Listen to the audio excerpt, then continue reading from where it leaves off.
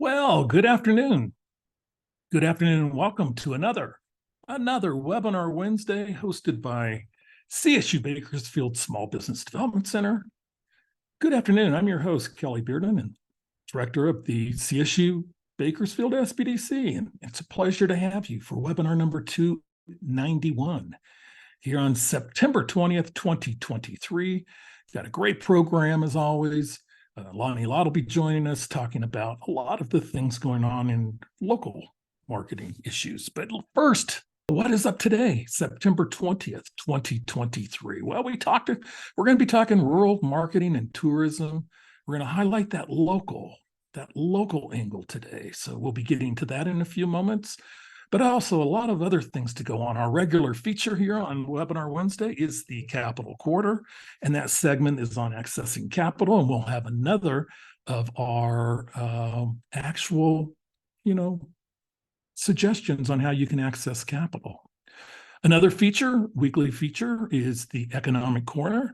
When we don't have our resident economist on, I give a couple of quick updates, and there are a few things to report on, including rate changes today or not a rate change, and also an update on California's legislation and some of the fallout from the $20 per hour fast food rate that fast food establishments will be paying their employees. And when I say fallout, it's leading to the demise of mom and pop, and it's just breaking my heart. But we'll talk a little bit about that when we get to that, along with a quick disaster update. Our community calendar blows full head into event season as we start moving into the fall.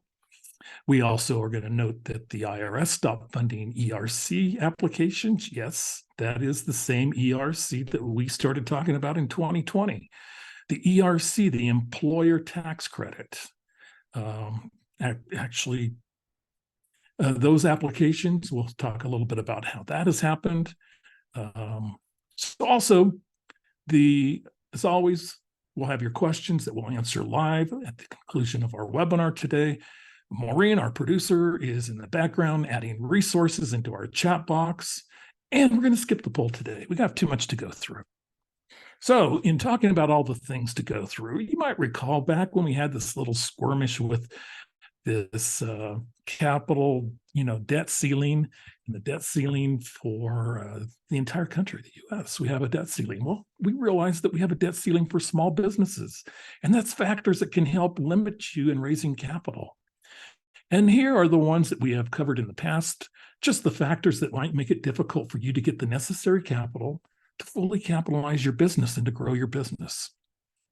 So we talked a little bit about needing to know your debt to equity financial ratio. We talked about, obviously, demonstrate a positive cash flow. We talked about a lot of things. People don't realize that your business has its own FICO score called the Business Liquid FICO score. And some of the other things we talked about were longer term idle implications. And so today, we're going to talk about number 9, identify and plan your borrowing opportunity. When you start looking for capital, you can be limited to the amount of capital your business can raise by simply not having a plan or not being able to identify and to really look at the opportunity that you have presently in front of you. So with this, under this identify and plan to borrow accordingly, we will include such things as determining the borrowing capacity of your business, not only now, but potentially in the future, depending on, where you are in your business cycle, your small business cycle, and where you plan on going with it. But really trying to determine the actual capacity that your business has to raise capital through either debt or through equity sources or alternative sources is very important. And a lot of that's going to be based on the profitability and the cash flow that your business is generating. So what we'll want to do is we'll want to plan and look at your needs, and not only your needs, but that can be needs for expanding your particular business, and that could be the location. It could be expanding your product or service line. It can be expanding the number of employees you have as you are maybe enjoying some ramp up in business and some sales, your seasonal cash flow, and also as far as normal operations as well. The other thing is really it's important when you're identifying and planning to borrow is to look at the timeline. So really looking at your timeline and giving yourself the absolutely most time that you have. So you're going to want to figure out your timeline, and that will improve the bankability of your business.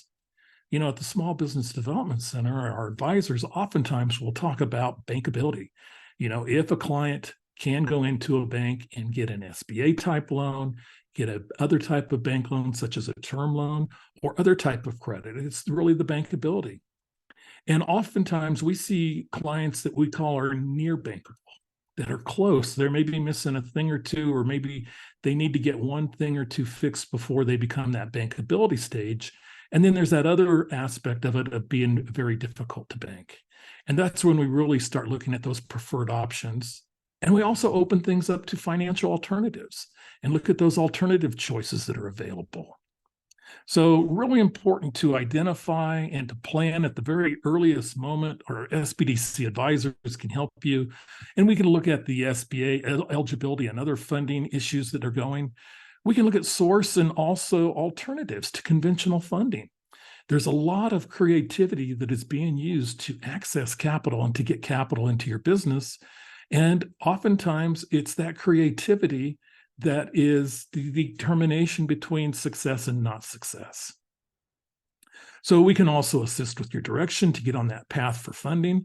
When I talk to people, everybody wants funding today or yesterday or in 3 weeks or whatever. But oftentimes by setting a path to reach that particular funding, you are actually improving the profitability of your business and getting your business to where it is truly fundable. And also, we're starting to see businesses that are in need of some assistance in turnaround, and that is basically where their particular business has not come back and not rebounded from the pandemic. And we're starting to do more as far as assets that we're putting into turnarounds. And those are going to be options that owners have if they're having troubled businesses, if they're having troubled cash flow, and look at ways to successfully exit a business that might be struggling or might have longer term consequences down the road. So that's our capital quarter, a good capital quarter for today. And let's move on to the economic corner, where we are, pretty much resident economist freak this week. So I get to freelance, and I'm going to talk about the Federal Reserve and interest rates remaining steady. I believe that was largely anticipated. They did expect to see at least one additional rate this year. Right now, our business loan rates, if you're looking at a standard bellwether small business administration loan program, say their guaranteed loan program, you're looking at probably usually somewhere in the range of about 2 3/4 or 3% over prime.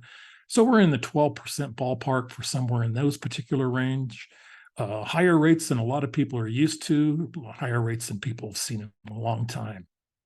And so also, we're also commenting a little bit on the Fed has been talking about how it is very difficult to try to balance the economy, because even though they make significant changes to interest rates, to raise the interest rate to slow down the economy and to slow down wage growth, slow down inflation, that balancing act remains incredibly difficult. So one of the things that did happen recently was California did adopt a $20 minimum wage. And this $20 minimum wage, hourly wage rate, is for, I believe, about numerous locations, mostly quick serve restaurants, limited service restaurants, and also fast food restaurants that are either franchised or chained and have over 60 locations in the state of California. So some food businesses, if they have fewer than 25 employees, right now they're paying $15.50. And remember, for a lot of businesses, particularly here in the San Joaquin Valley, these wage increases have occurred over the last 3 or 4 years that have grown significantly up to the $15 and now $15.50.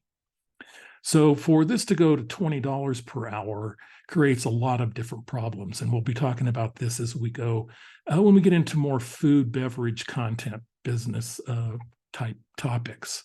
But the real problem here is that when fast food has to start paying $20 an hour, those small mom and pop restaurants that are maybe employing 4 or 5 people, and a lot of them are close to minimum wage or making minimum wage. And then you have some that have additional layers of experience that'll make $3 more. So they're up in the $18.50 range, for example. And then fast food, they can go in and do a shift at fast food and make, $2, $3 more than their qualifications and their skill level would actually present. Where this helps the fast food has long been a entry-level source for school age or first earners once they join the workforce, and now they're going to be competing those first level early entry people with skilled people leaving restaurants. And it's going to drive up the cost of labor from $15.50 an hour in our mom and pop restaurants up to something closer to that $20 an hour. And I just don't see it with the work that I've been doing in that particular field, how they can sustain any more of a financial hit than they have over the last 3 years. In my estimation, 80% of our mom and pop businesses are maybe not struggling, but they're having a hard time working harder hours and doing everything they can to keep going. A couple of other bills that happened recently that we haven't really talked much about, and these actually, I believe, even could go back to last year, were a couple of bills by the state of California that actually did some cleanup work with some of the pandemic relief programs, one being the PPP and one being the RRF, the Restaurant Revitalization Fund. And essentially what it did was it provided some relief on the state income tax, because several of those people that were getting the PPP or the Restaurant Revitalization Fund were paying state taxes on that particular relief. So that is something that the state came out and did as well. Well, when I take a dump and like to look at a big old fat dump, there it is right there. I dump a big old white powder on a big old building in the Sierra foothills, actually in Yosemite National Park, a white wolf. And that only means one thing, that we're going to talk about our SBA disasters. Just briefly, a brief quick update on our disasters that occurred in the December-January timeline, and again in February and March.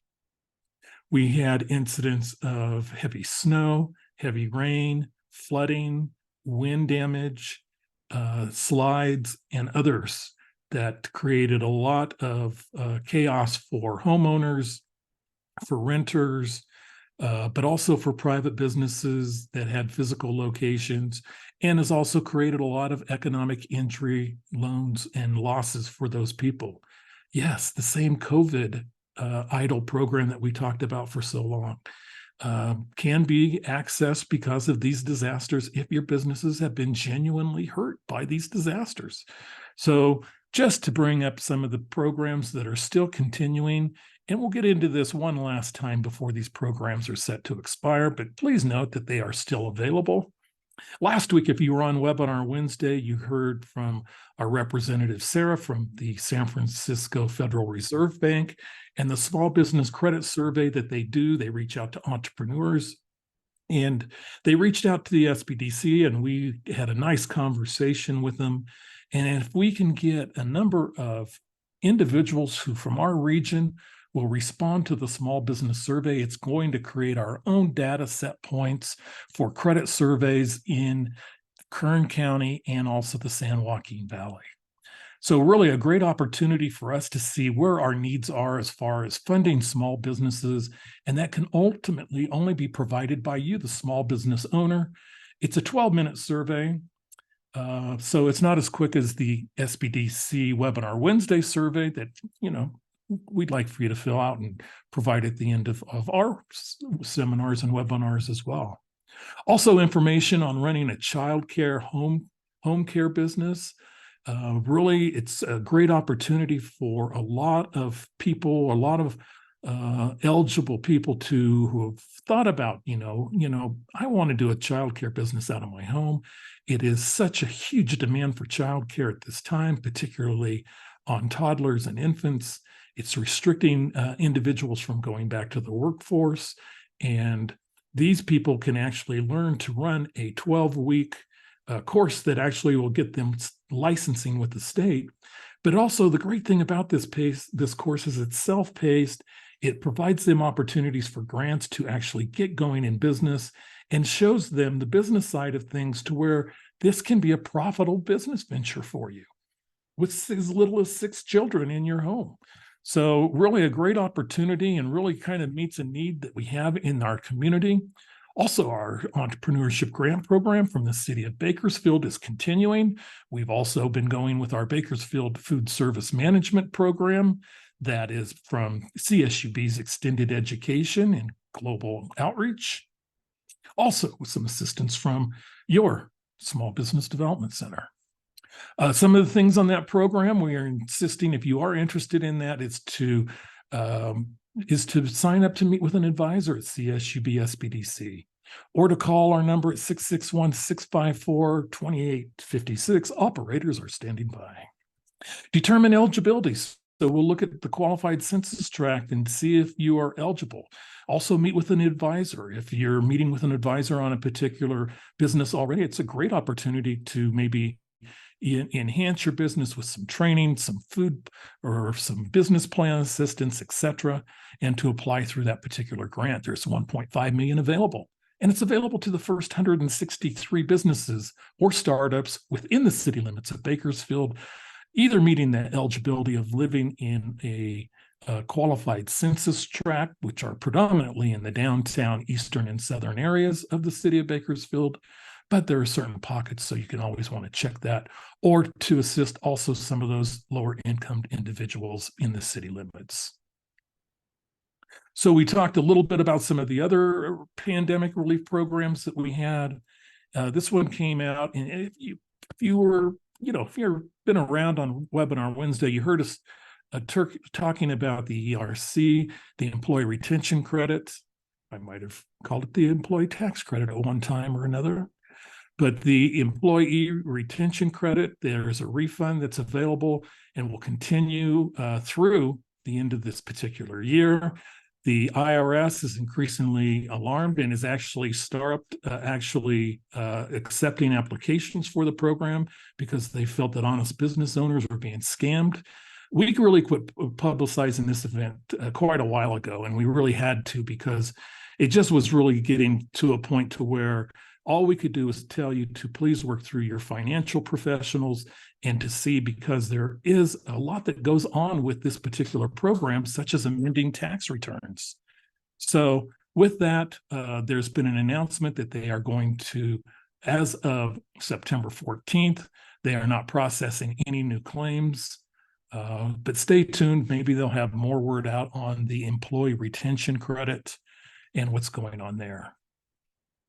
You know, we love to talk about our free human resource hotline for employers. It's available throughout many San Joaquin Valley counties and also other areas of the Central Valley, also the Central Coast and Sierra Foothills, and our Eastern Sierra Range.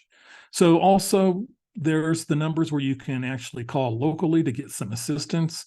The human resource hotline is provided by the California Employers Association at no cost.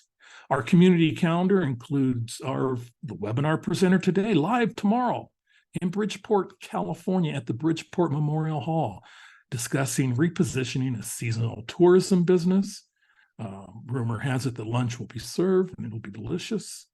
But if you'd like to attend that, that's tomorrow, September 21st, from 12 to 1:30 at the Bridgeport Memorial Hall.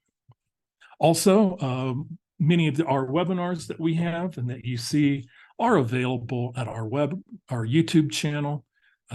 Go there, subscribe, get the webinar brought to you each week so you don't have to even go look for it.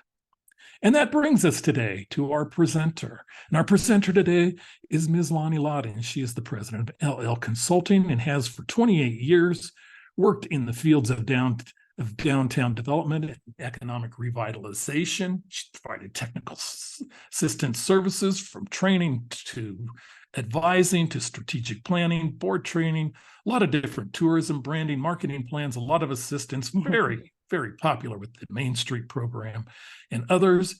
worked with the Grass Valley, California. I think Ricky Williams was a member of that community at one time, former Miami Dolphin football player. Grass Valley Downtown Association, and I'm going with their most famous citizen of all time. But there since 1986, recruited a lot of businesses, created a lot of jobs and investment in the area.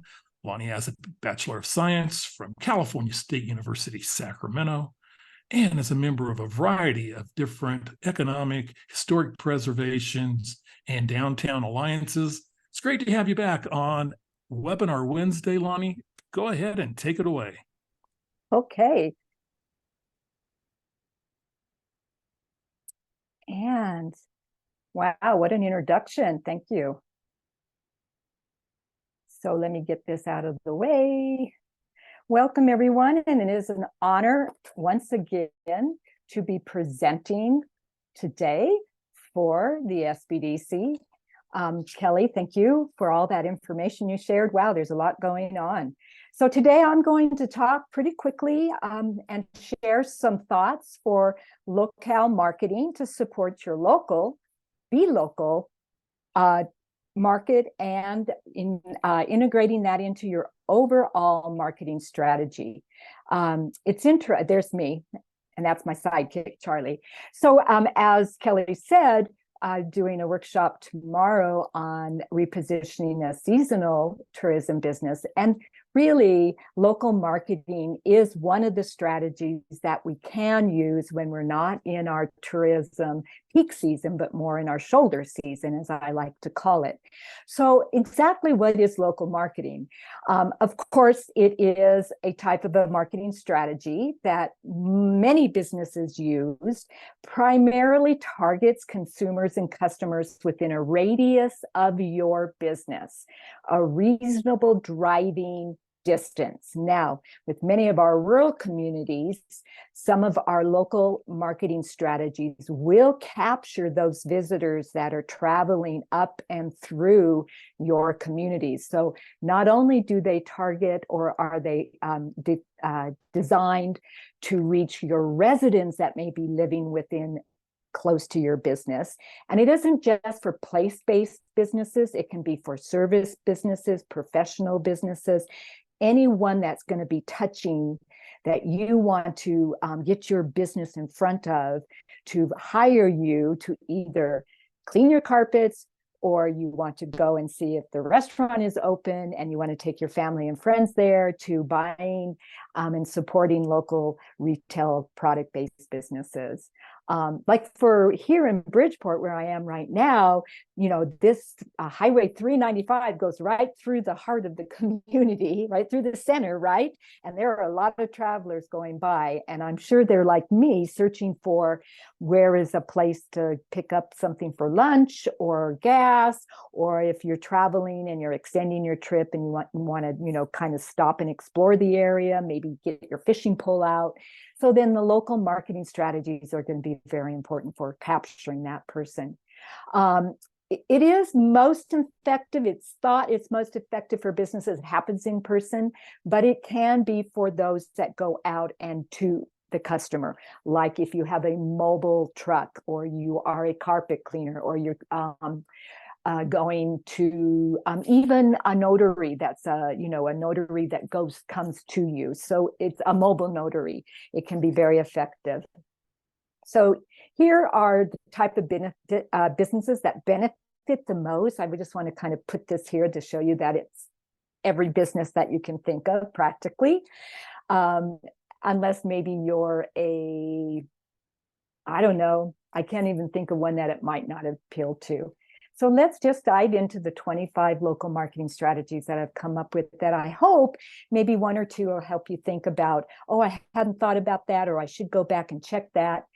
And the first one is to really think about optimizing your website and localizing it. And that means taking a minute and what are those keywords or key phrases that are embedded in your narrative, in your website, in your content that really talks about local. What is the local market? Think about, as you list those keywords, what's the local market searching for Google? Are they searching for lunch? Are they searching for a meeting location? Are they searching for someone to a new appliance? Are they searching for, what are they searching for?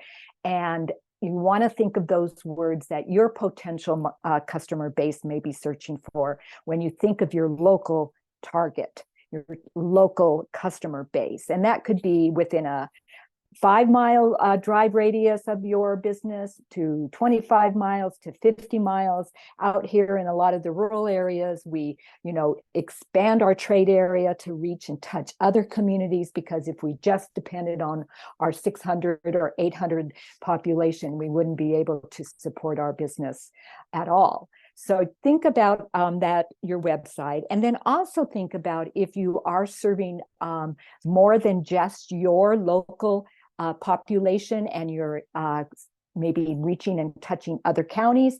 Maybe you want to include serving tri-counties, the tri-state area, the entire Mono County area, or Kern County, reaching from here to there.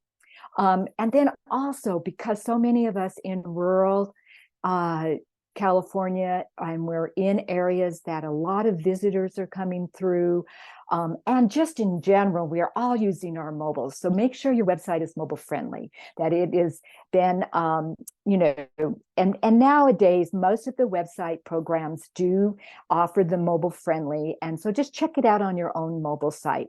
The other day, I don't know what, I clicked on a website that I managed for a client, and then suddenly it wasn't mobile friendly. And I'm like, whoa, nobody's going to be reading that if they can't read it, easily on their mobile. We're very fickle when it comes to those kind of benefits. Set up local, think about setting up local landing pages on your website if you have more than one business location. Many times in our rural communities, we may have a location in a certain county, and then we may also have one in another county, and we are servicing both of those counties with our business, but we may have locations in each of those counties. So I've seen a lot of this might appeal to insurance agents or people that are in accounting, that they will then have a satellite office or an office in another area. So you might want to create a landing page with the information about that. Most important, and I didn't put it as number one because I believe a website is the most important, but number 3 on my list is make sure you claim your Google business profile. Absolutely claim it. And once you claim it, work on really building it out with all of the bells and whistles it offers. If you've already have a Google business profile, go back in there and update your images. Make sure your products are listed. Make sure your service area is listed. Your hours are updated. Your URLs work. You have your social media icons linked. When I'm doing webinars, I'm often searching Google to see about images that I can use in my PowerPoint. And I can tell you that Google tells you when the photo was taken. So some of these photos are old, they're not the best. You might want to invest a little bit of resources in really getting a couple nice images of your storefront if you have one, or your office, or your mobile, your fleet. Just get on there, because this is how people are searching when they're traveling through your area, when they're new to your area, when they have family and friends in the area, and just basically when they need that type of service. Optimize your social media pages. Make sure that they're optimized. You're fully using all of the features on those social media platforms that you are regularly engaged with, that are reaching your customers. You might want to focus now on looking at how to build content and hashtags that really speak to the local market. You may want to cross promote local events that are going on. You may want to give a shout out to a local business. Make sure your hours are correct. Make sure your location is up to date and your images are all stellar. And you are really trying to build in a and I call it kind of like on social media, you want to build in your local community following. So you may want to join a couple local groups like Shop Mono County or Shop Bakersfield, or like Shop Trinity County, where it's all about local. A lot of arts and cultural organizations will have like local music scenes, local artist sites. And if you are appealing to those markets, then go ahead and look at joining. Claim your review sites and leverage them. Not only your local market, but all of the visitors and tourists that may be coming through your area in your peak season, maybe just traveling through, especially your local market, are looking at reviews. They can walk down to your business if you're within a walking area and check you out physically, but most of us are looking at reviews. What are people saying? Especially our generation X and Zs, our millennials, even us baby boomers that are traveling. We only know what we know from what our mobiles tell us, what's on the internet in terms of what other people are saying about your business. So claim those, leverage them, manage them. Continue to monitor and claim, monitor, and maintain your directory listings. If you are a chamber member, go in there and make sure your listing is up to date and is really speaking to the local market. If you're on Nextdoor, if you're using Thumbtack, if you're using Angie, if you're using any of those, Facebook Marketplace even, make sure that your listing is current, you are actively checking it, your reviews are being used, you're sharing information, and that all the links work. Now is the time to really think about localizing your paid advertising. If you're wanting to reach your local market, and let's say you've been really kind of focused on maybe the visitor market during the peak season, but now you're like, this is the shoulder season and I really want to get back to reaching out to my local market, or you've moved, you have a new location, or you have new products and services, or you've hired up, or you just have something to share to your community. Now is the time to look at maybe investing very strategically some of your hard earned marketing dollars. Look at Facebook boost and ads. If you're going to be at an event, if you're going to be vending at a local event, if you're a sponsor at an event, you might want to really boost that and get it out to your target profile market that's within your trade area, your local trade area. Not only does it get people more to the event, but then they're more apt to stop and find you. Test storefront images in your display ads. Consider collaborating ads with other businesses in your local area. I work a lot up in Trinity County, and they have the Weaverville Chamber of Commerce does a page in their After 5 publication, which it goes out and it's talking about everything that's going on in the community.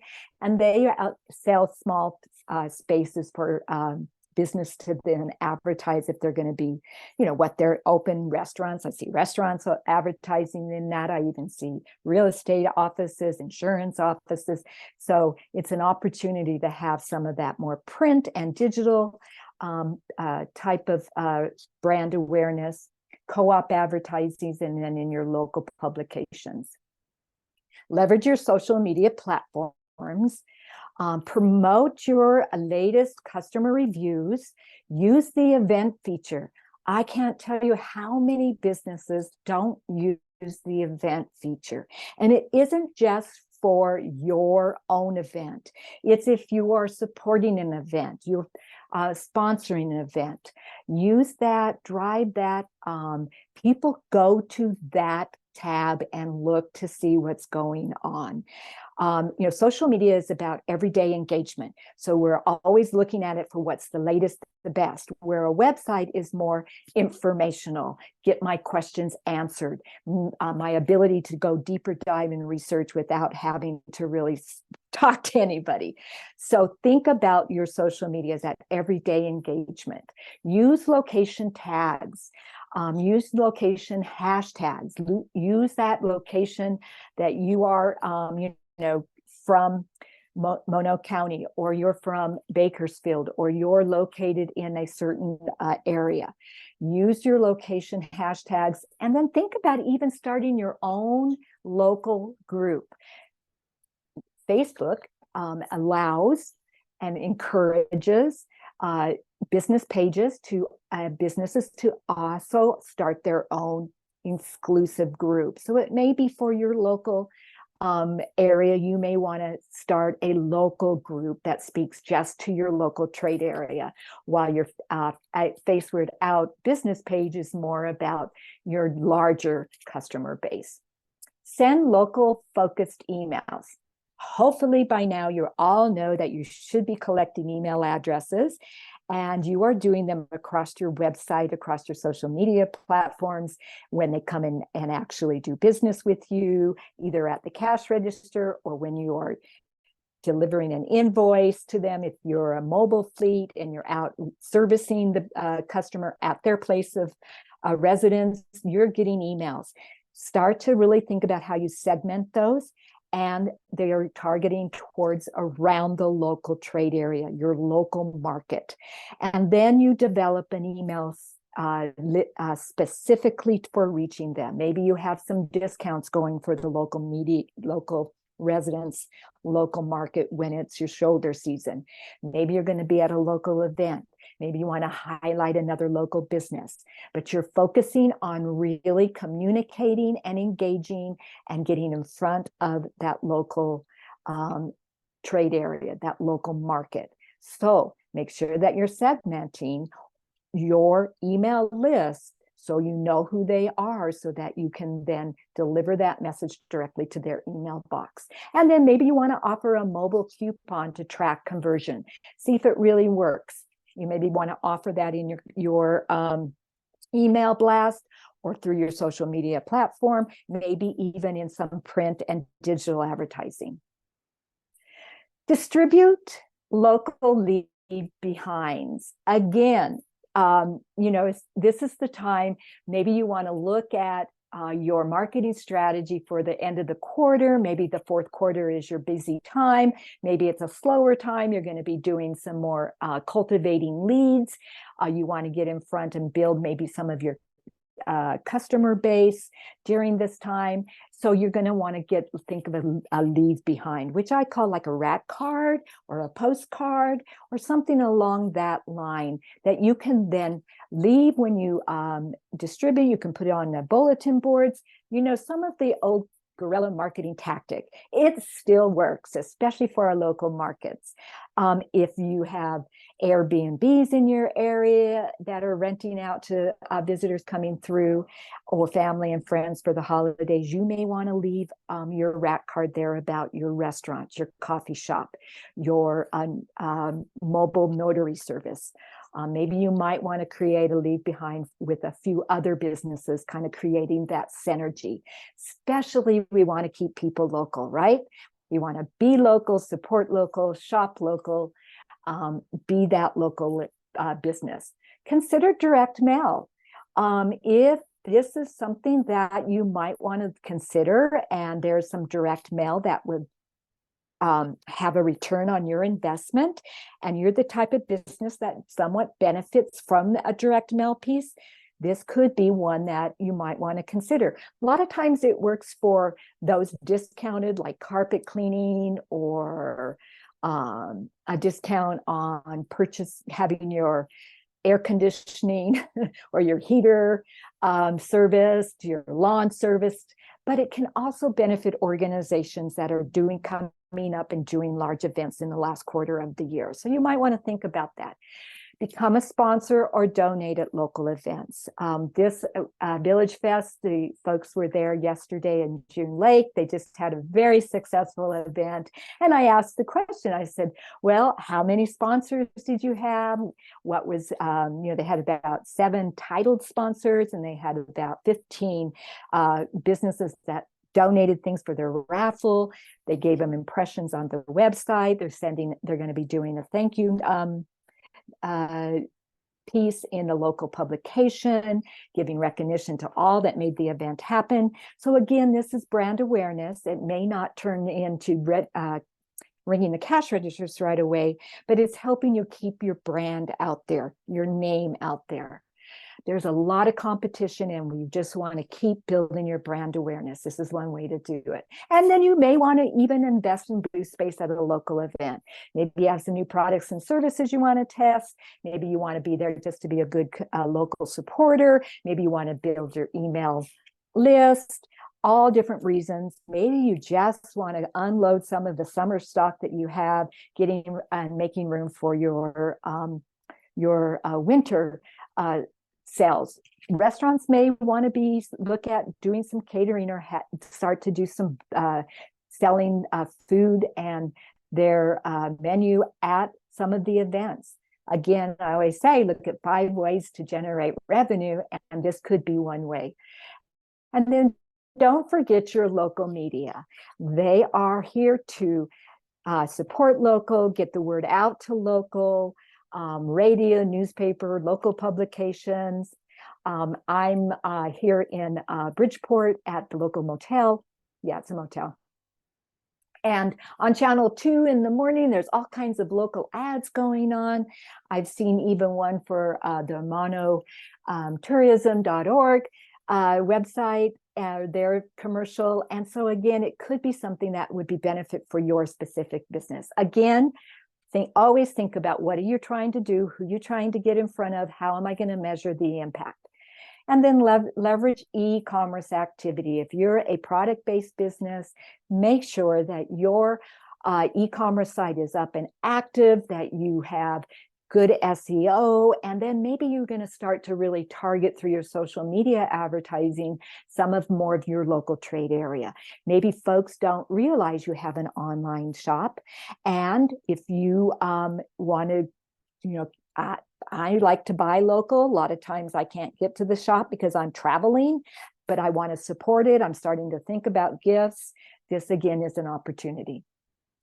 Join your local business or chamber and leverage all the benefits. Look at them seriously. They're there to help and support your business. And through a lot of their benefits, there may be an opportunity for you to then promote to the local trade area. Encourage word of mouth advertising. This one I love, because when I talk with clients and ask them, well, what's your number one marketing strategy? Oh, word of mouth. I don't have to pay anything. Everybody knows me. Fabulous. This is really gold, right? But a lot of the word of mouth comes from everything else we're doing within our business, whether it's good reviews on our social media platforms, or it's our presence in the community through our supporting community events, supporting local causes and incentives, or it's by our presence in our storefront, or by just being involved. Word of mouth, sometimes you have to ask for it. Referral programs are great for local-based businesses, especially if you are in a product-based business or a service-based business. I have a home in Phoenix, and I needed a new HVAC. And it's not an easy one to, find. First of all, I had to find some referrals, and I had to Google it. Then I had to go through the bidding. But I ended up with one back in 2004. And guess who I went back to in 2017 when I needed another one. And they left me with a referral program. They came back, checked everything out, left me 3 little cards that would be good for 3 tune-ups if I referred them to another neighbor, friend, or family. That's word of mouth advertising. Offer referral incentives, and then build guides for local activities and promote them on your touch points. So for if you are a dog walking business, or you have a dog grooming business that you really support, the local business, maybe you might want to start a guide about the 10 best dog trails in your city or county. Or again, we're going back to building activities, content around educating business people about your business, why they should do business with you. What is that problem you're trying to solve for them? What's that pain point that you're trying to create? If you're a dog grooming business, It's like you want your dog to look good for the holidays. Maybe they need their nails trimmed. You give like 5 tips of what are the best grooming type of activities that you need for your dogs. You have to write it, kind of think about all of that, building your content around how am I reaching my local market and what is my business, what is their pain point, and how am I going to make their life better. I took a picture of this postcard. It's in my room with all the other marketing collateral that they leave here. Obviously, you know, this is a motel that's along 395. They're capturing visitors, but I love this little postcard. I fish because the voices in my head tell me. And then it's a postcard with Redwood Motel return address that I can address and send to anyone. And I have it, and I'm going to send it to my brother-in-law, who is a fly fisher, who I know would love to find out more about this place. Leverage your local public relation opportunities. These are press releases to your local press, to your local radio station. If you've gotten an award, if you have something new in your business, something that you feel is newsworthy, want to offer to be a guest speaker on a podcast, or you might want to write for a local blog, especially for a chamber or a visitor blog.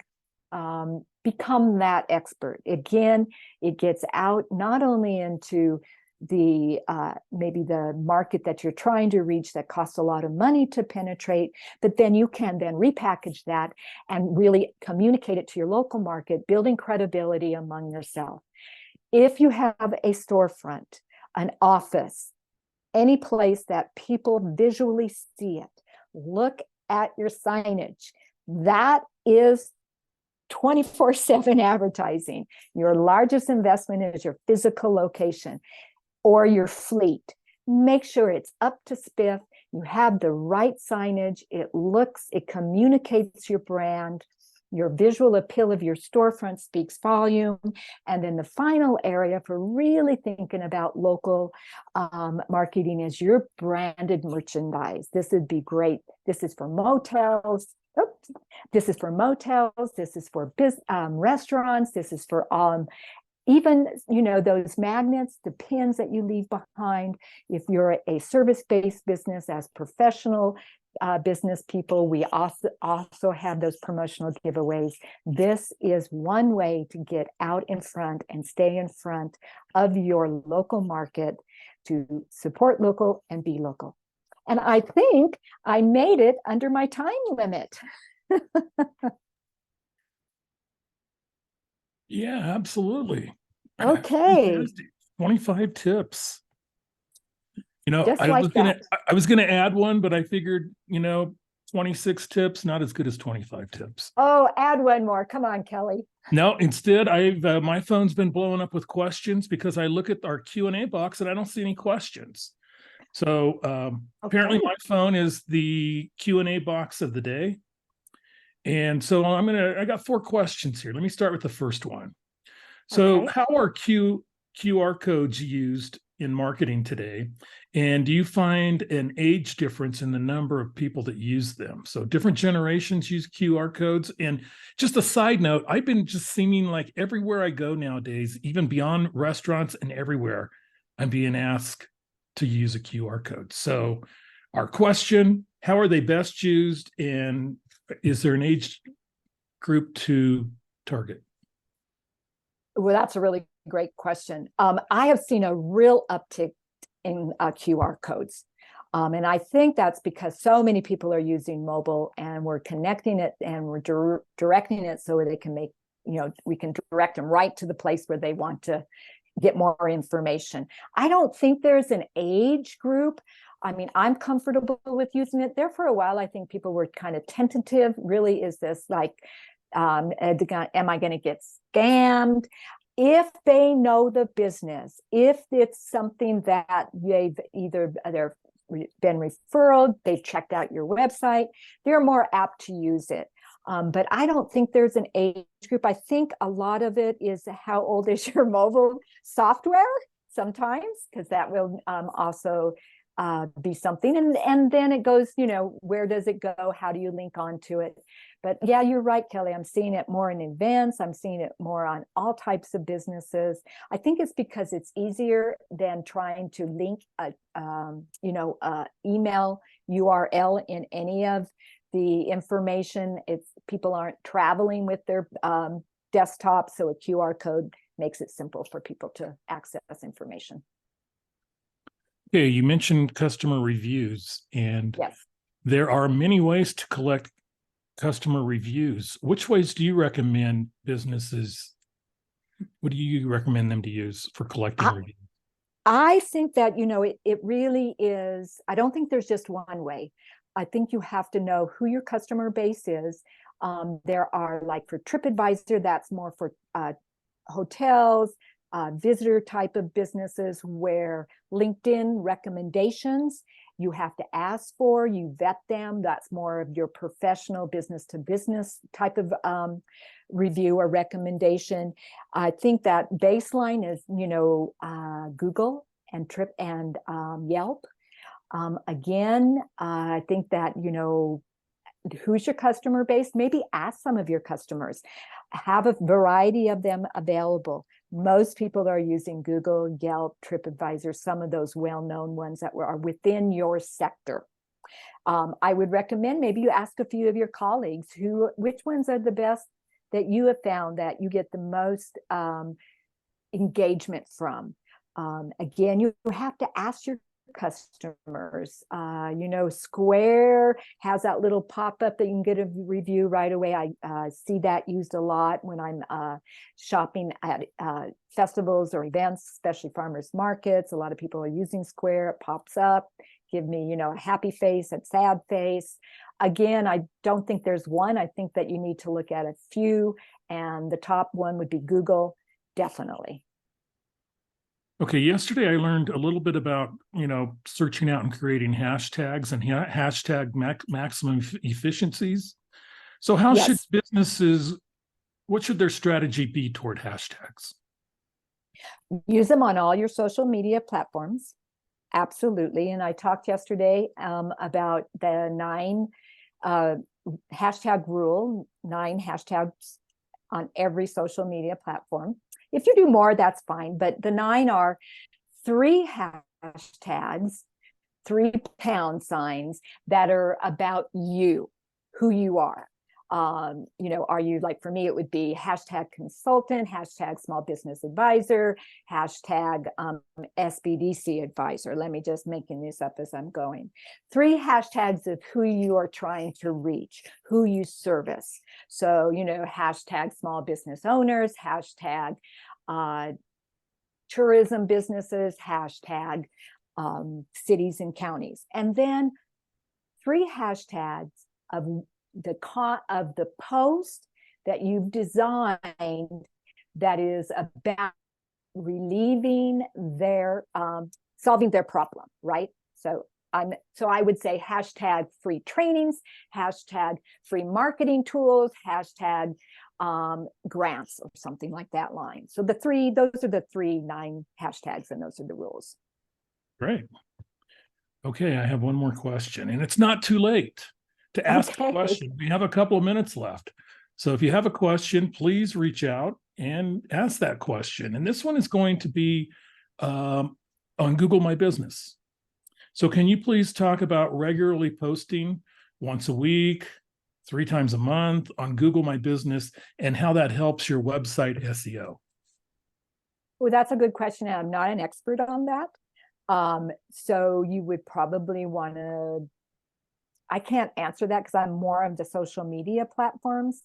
So for Google My Business profile, you want to make sure that you have your reviews there, you have your hours, you have your photos, and then you're going to be looking at the keywords, and then maybe looking at Google Ads, where you're going to be investing some of your dollars to push out and be a sponsored Google and be up on top of the search. So if your SEO is really strong in your Google business profile and you've embedded your keywords, you're going to come up on the Google search to the top. Those who invest in Google Ads, that's where it really pushes the SEO up.